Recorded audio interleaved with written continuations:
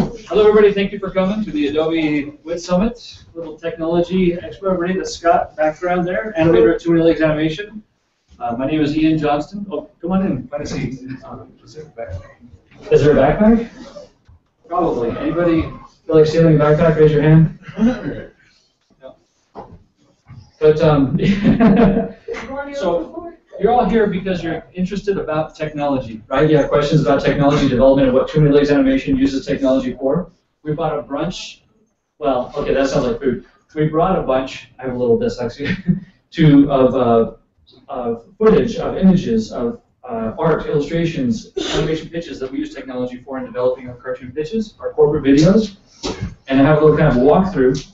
I'm going to go ahead and share. You're already shared. Oh, that's brilliant. Look at that. I don't even have to look at them.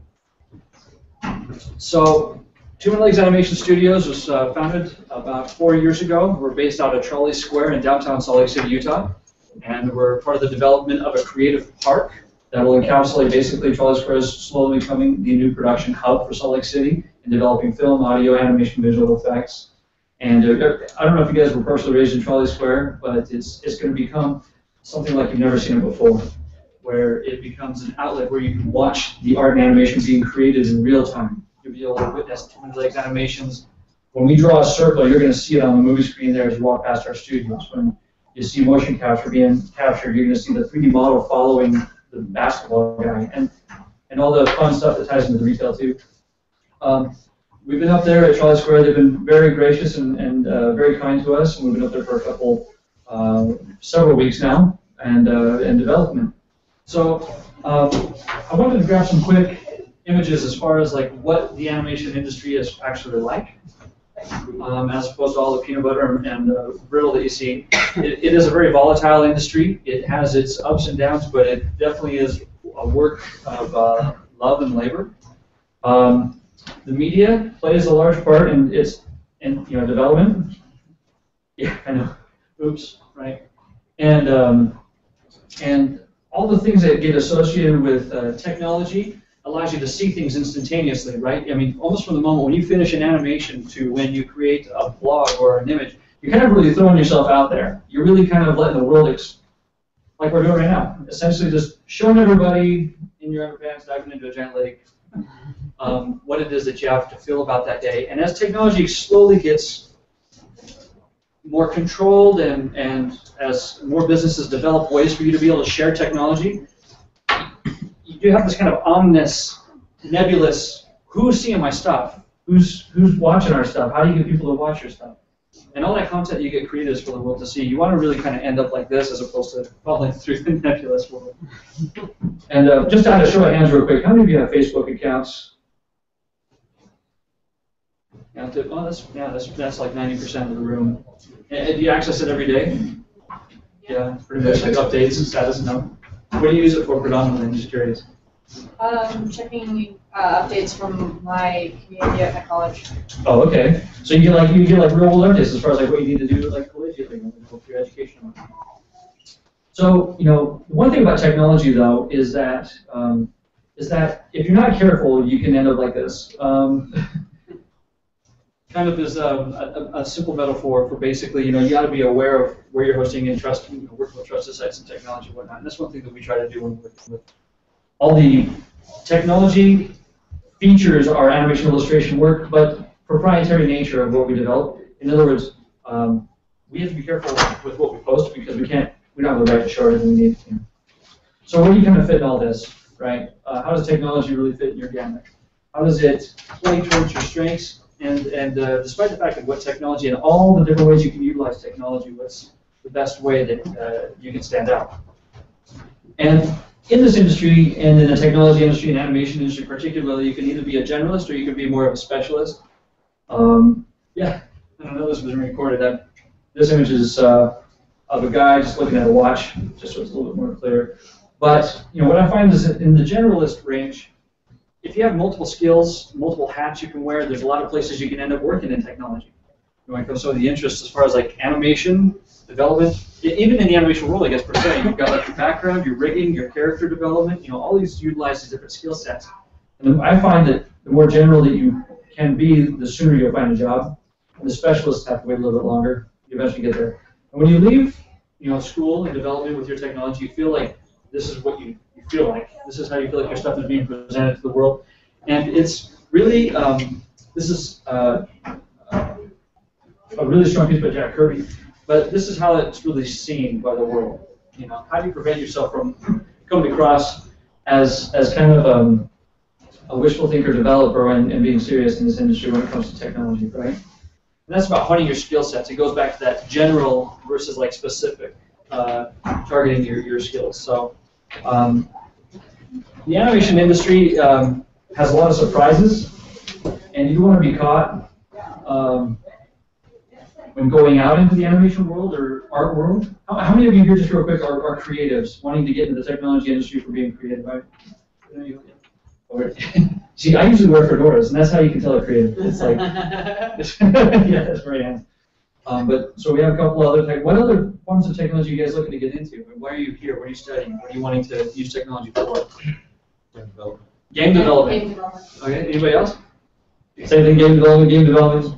Game development. Game development. What about you guys over here?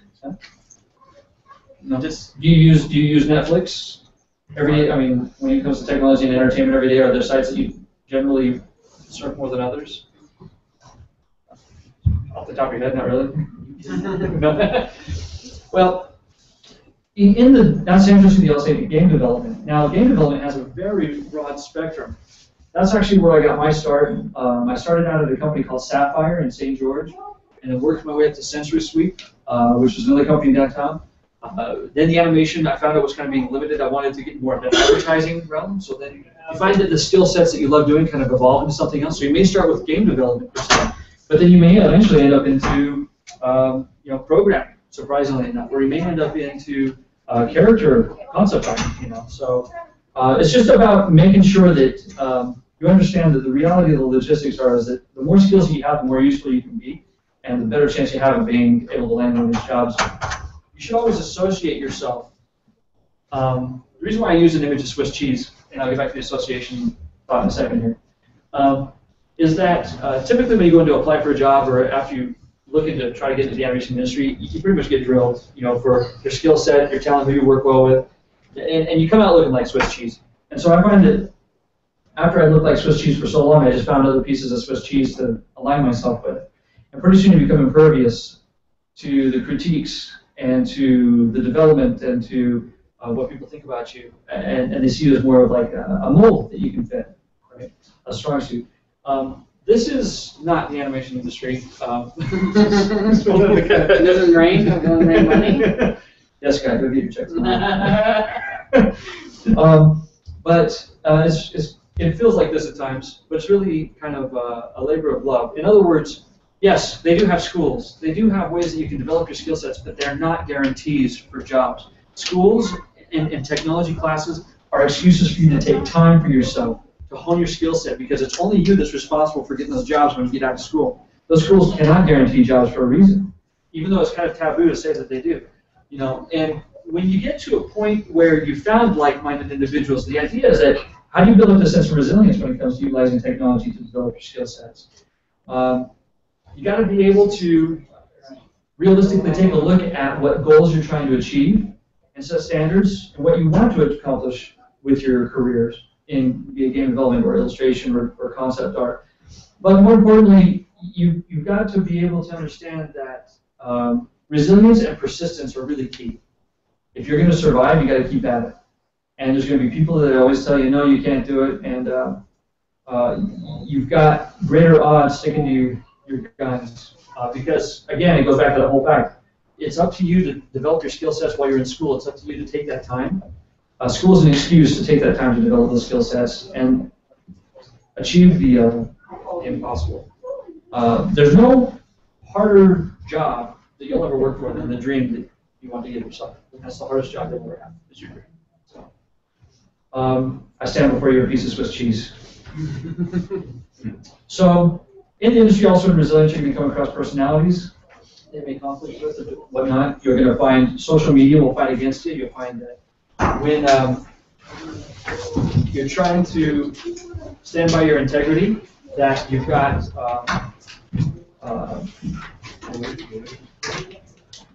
Everything okay? Yeah, sorry. No worries. Presenting. Oh, good. You got everything's kind of. With your resilience, you basically only get to the point that you just got to build a tough skin in this industry and work with technology. It can work for you or work against you. That being said, I'm sure I like all these images. I hope that this guy doesn't come kick my butt. So who's seen It Man? Yeah? There's one line in that film that really stood out to me. And it really applies itself to technology and the development of animation and illustration in this industry, is that saying it 1,000 times isn't the same as doing it once. And with that being said, is like you've got to prove your point and be able to stick to what it is you want to accomplish. Don't ever sell skill sets that you're not willing to eventually become, because eventually you can detour yourself if you're not careful. So, so I've got a little gift for everybody today to kind of keep it lively, and this is a little bit of an audience participation. So this is kind of a name game. And I'm going to show some images of some people up here, and if you can tell me who they are, you'll get a shirt. So I'm going to go for the first hand up on this one. Oh, you can't see who it is. Oh, they could. Oh, they can? You saw it earlier, didn't you? Oh, okay. Here we go. There it is. Okay. That guy. No? Nobody? No. Okay. This is Hayao Miyazaki. He did films like Spirited Away, Castle in the Sky, House Moving Castle. Miyazaki, Arietti, Castle Cagliostro. Yeah. That's out of order, but Richard Williams, I get that one away. That one will be appreciated. Okay. This one here is maybe a little bit harder. Let's see if we can zoom in on that. It's not going to let me zoom in on. That is tough. Yeah. You should know by the stern look in his face. Anyway, this is probably a little bit too young for you guys.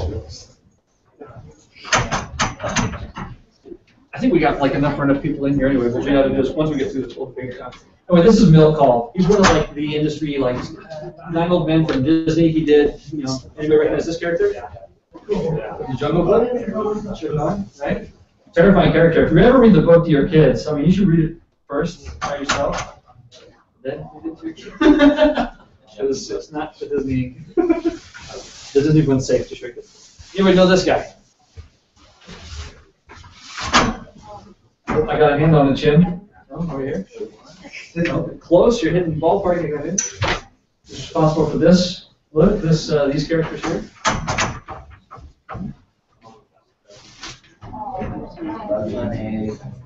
Yeah. Is that Walt Disney? No. I'll go back to him real quick. We're starting to hit. We're a little closer here.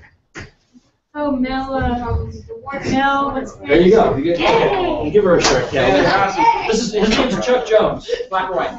Yep. Doesn't matter, black. This is like one of the pioneers of animation when it comes to the Looney Tunes, right? And Chuck, that's one thing is like animators are kind of like the unsung heroes, right? Kind of like the actors behind the characters. This is more contemporary. No, she wanted one. Anybody know this guy? Oh, hand on the neck. Oh, this is Bruce Timm. He revamped the whole Batman Adventures, Batman Dark Knight on the Warner Brothers with the angled jaw. The kind of. I wish I had an image. I don't. This is kind of an obscure reference. This is Bill Clinton. Give a shirt to her and glasses. You got that one. Okay, anybody know this guy? That guy. So now that you need to read his name at the top, it's actually covered. That's really handy. Who he animated was the character you see behind it. Anybody can name the character that he animated?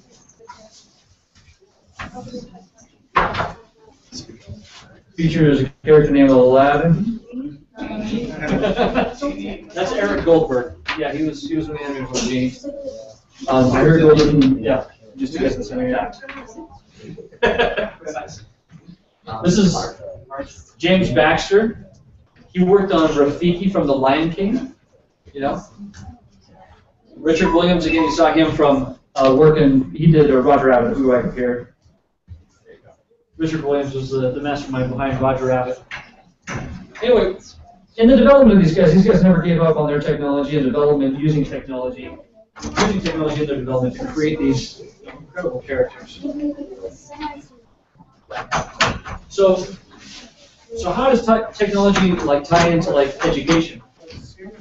Any of you going to school here or classes for like animation or illustration? If you're programming, good. Oh, what do you go to school for? Game design? So you're actually taking game design classes? Not really. Oh, not yet? Okay. So, in lieu of development of animation, one of the things that I've learned is that one of the things that helped me the most to getting into understanding people is that being an artist, you're kind of reclusive. Being a tech, you kind of like, you hide behind like a computer screen all day. And one of the skill sets that I picked up along the way was that I actually picked up acting. I don't know how many of you are actually taking acting classes in here or not. But developing is really helpful to be able to get in front of people, be comfortable, in your skin, not be so socially aware of how you're being perceived. But acting also gives you the skill sets of being able to read people's facial expressions and how that they're able to perceive what you're saying to them, the importance of your message, how they're receiving what you're saying, and if they're getting it.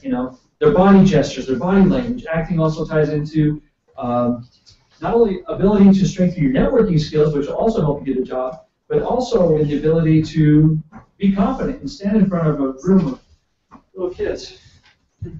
Some little kids. But this is Stanislavski on here. And he had, I think, one of the greatest teachings of any actor when it came to developing yourself as a person. And as you grow up, to be able to utilize all the skill sets into achieving your dream goals, Stanislavski had one word of advice. He said, love the art in yourself, not yourself in the art. And it's not very common that you get a humbling statement, from someone who has pretty much profoundly impacted acting as much as he had. But it's a mantra to kind of remember that there's always going to be somebody better, there's always going to be somebody worse off. But at the end of the day, it's about how you work together that makes those dreams come true, and you get your dream job, and you get your game development skills.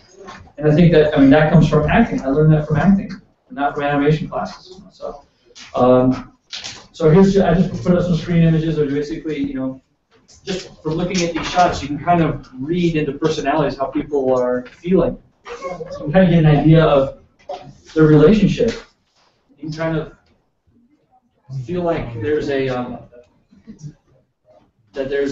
chemistry or a relationship that may help define whether it's someone that you can talk to or someone you may not want to talk to. Here's another one that in the showcase here. It's like curiosity, right? Being able to tell stories with just your faces. It's like, what are they looking at? And the thing I really like about this image, the reason why I chose it, is particularly because it showcases a story element. Now, real quick, I'm going to throw out there, what are they looking at? Just off the top of your head. Can you see the image one more time? Okay. So, what do you think they're looking at? Just shout it out. The sky. The sky, okay. Sky. Birds. Okay, well, yeah? Sky. The sky, another, some more sky. Okay, give me something a little bit more imaginative. Someone jumping off of a fire escape. There you go, awesome. So we got drama and suspense from that one. What else? Anybody else over here want to throw that there? What's that? Meteor. A meteor.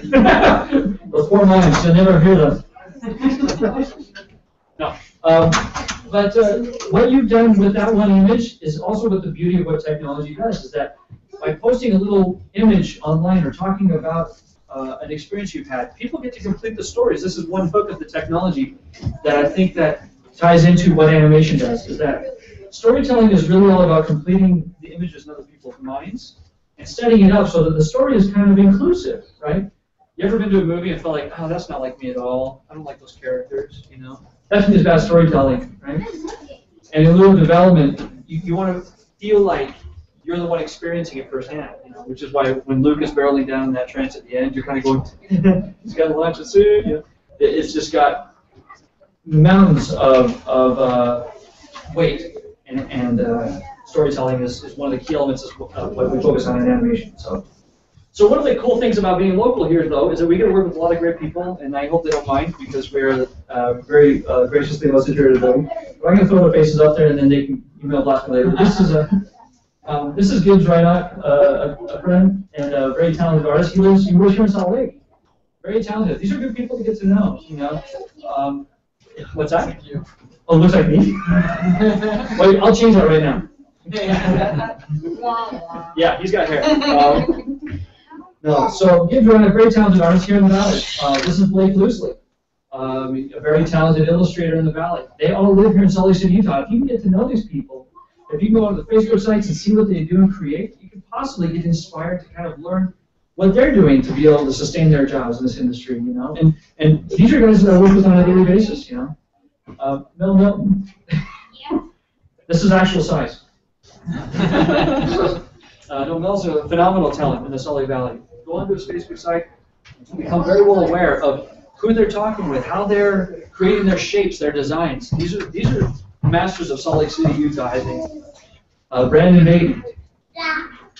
He's not usually that side, but no, he's actually a very approachable, very likable guy. And Adrian Roth, he works over at Disney. He's one of the storytellers. And if you say that the storytellers basically go into game development or whatnot, yeah, this is a character that did it himself. Very talented artist, but again, here in Salt Lake, accessible. So if you get onto your social media networks, you can look up these people. You can see what they're developing, creating, working with 2 legs animation and on the side. And possibly, maybe one day have them work with. So one of the greatest things that we get to do in animation is tell stories. And one of the ways that we do that is utilizing Cintiqs. And I brought one here to kind of showcase the technology that we use at 2 legs animation. I don't know if you don't see this. This is very lightweight. There's no handles. Very accommodating. No, but welcome. This is like a digital pad. It's like an illustration screen monitor. We draw right on these paper. It's like a big iPad. Kind of like iPad, yeah. Yeah, but it has a stylus, right? It's pressure sensitive. You can use Adobe Photoshop, Adobe Illustrator, Adobe InDesign, After Effects. Go downstairs, grab a pamphlet. No, but those are all those. But we also utilize software like TuneBook, Harmony, Sketchbook Pro, and we tell these stories basically in a sequence of images. We start with a script, and then we digitally create the images on a storyboard, and go through the story, I guess, if you will, so you can visually see how it plays out. These are actually images from Francis Cuevas's Directing the Story. It is a fantastic book. If you guys want to get to know how to tell stories really well, I recommend you pick it up. It's Directing the Story. And he uses the tale of Scheherazad's 1001 Nights to basically explain why, well, not only just technology, but also how composition, light, shadow, placement can emotionally affect you. Did you know that a giant triangle can make you feel uneasy? And then also you turn that giant triangle into a tooth of a shark. Well, now it makes you feel really uneasy, right? But beforehand, compositionally, it was designed to do that. So this goes back to comedy. Oh, here's a picture of the book. Not that I'm shameless plugging anything that I've ever used to build my own education.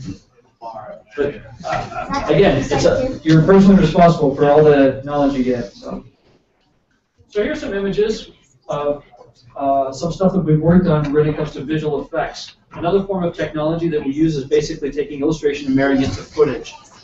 And Colton Tran has a little film that we're pitching called Gloom.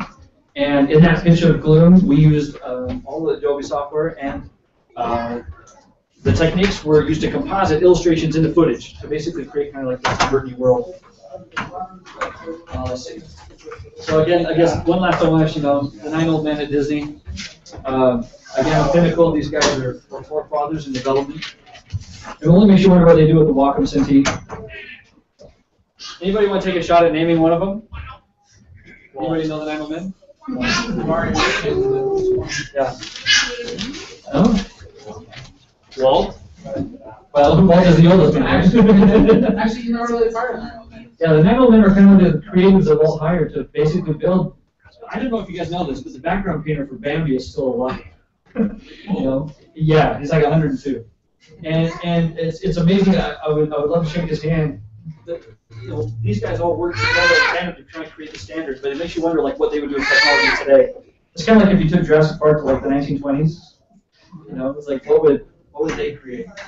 But we're going to rigmarole. So I don't know if we have audio on this. Let's see if we maybe can fake audio. Sorry.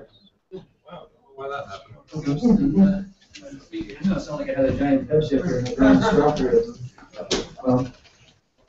Okay, so what I'm going to now show you guys are basically some of the stuff that we developed at Two Minute Legs Animation. We'll have to do it on mute though. So how do we use technology at Two Minute Legs Animation? Aside from creating illustrations, I don't know if this is going to play real time or not, but you'll get some excerpts. We also create the Aquabats for the Hub Network, and we do cartoons for them utilizing After Effects and Photoshop. Also, figure drawing skills come into play, and we use the Cintiqs for those. This is Alias Wayfront Maya. We use for the 3D modeling and texture and shading. This is After Effects. We did compositing, and also creating all the art assets. We did that in Photoshop. Yep. This is Batman Brave and the Bold Spot using Flash.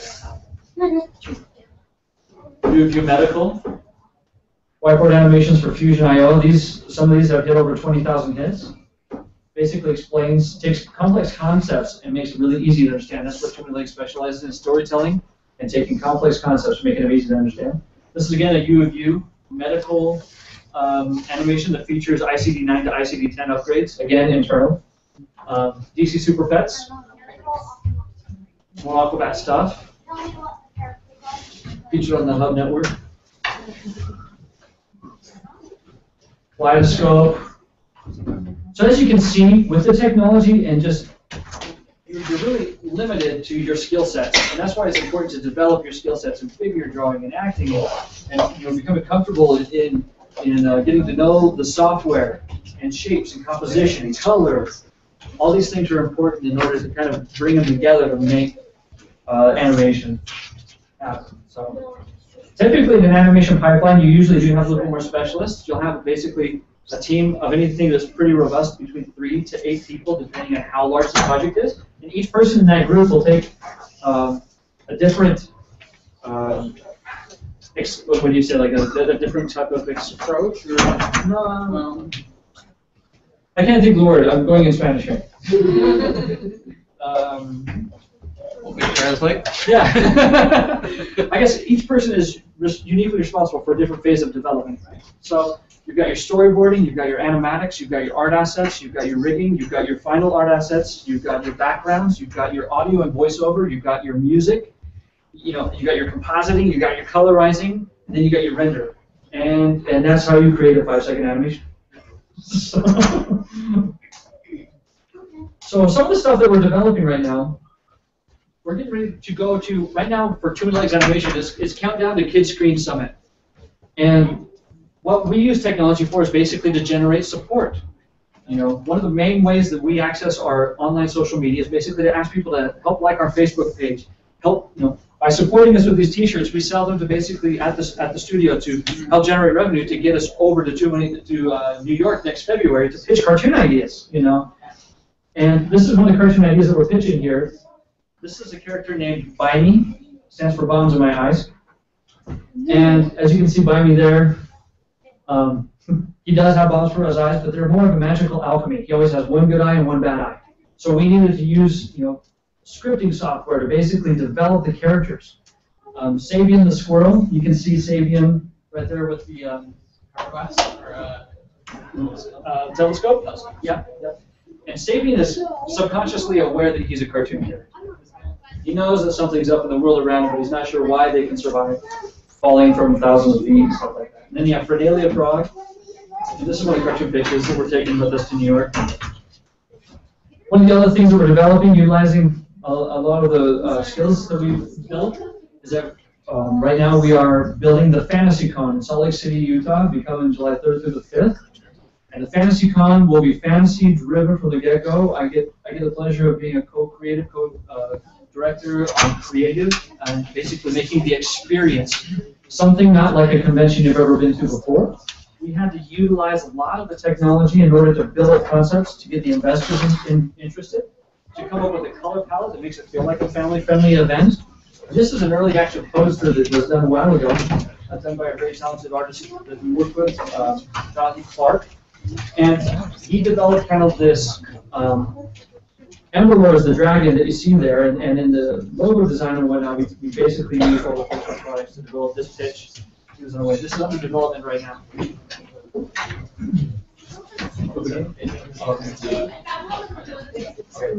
Some of the things that the very talented artists at TML we've used to create 3D models and the textures. You know, people like Devin Beacons and Shara Jensen and Scott Wood. Yeah. We should And this is game development stuff, so this is Yeah. essentially for a game that's coming in. Yeah. So you can see we've utilized Maya to build the 3D models and Photoshop to design the textures of characters. Again, this goes back to kind of game development, But these are all fully customizable characters when you pick your hero, you can make it look very well. This is the Kroger.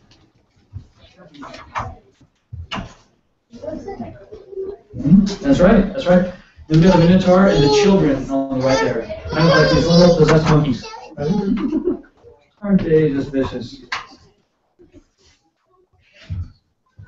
So, here's some costume designs that we've designed for the Facebook game development. Again, ties into how you want your characters to look.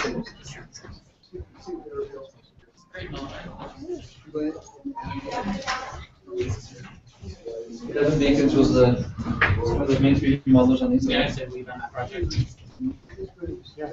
This is the cinematics. Go ahead. Right. So we've got to kind of wrap up here. So we're just going to get to the very last little bit here. We'll take two last couple questions at the very end, and we'll move forward. One other property I want to talk about real quick is, there's more buying stuff, is Adam and the Octopus Club. And we'll show a little sneak peek of that real quick to everybody, just so you kind of see what else it is. And then we'll wrap up with this.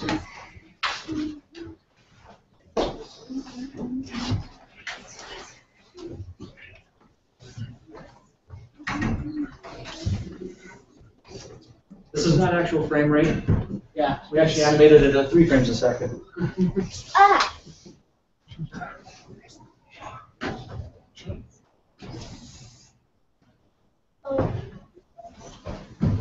So this is another pitch that's going to be down at Kids Screen Summit in New York. Yeah. And Adam and his Octopus Club are basically, we're targeting a little younger demographic with this cartoon pitch. But it features an ink lore and a history of magic. We're trying to bring magic back to the world of entertainment a little bit.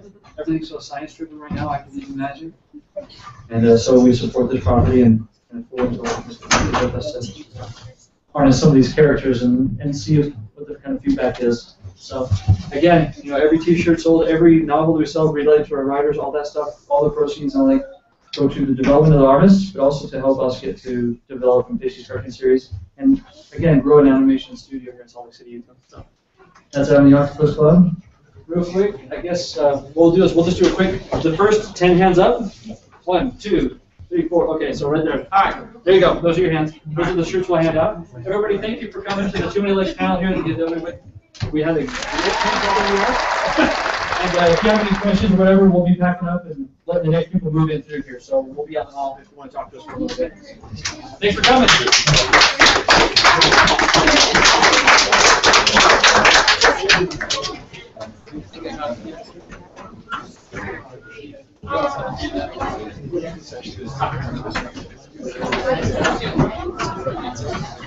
Awesome. Yeah.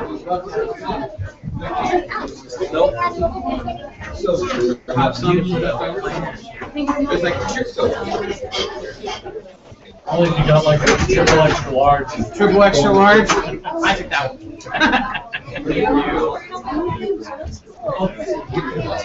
I'm trying to keep it like entertaining. Like how you do this. All right.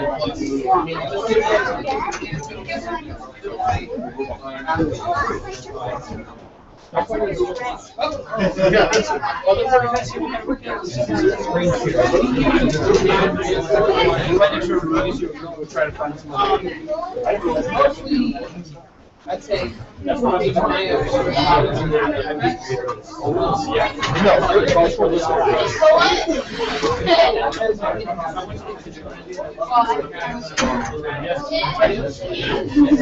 saying.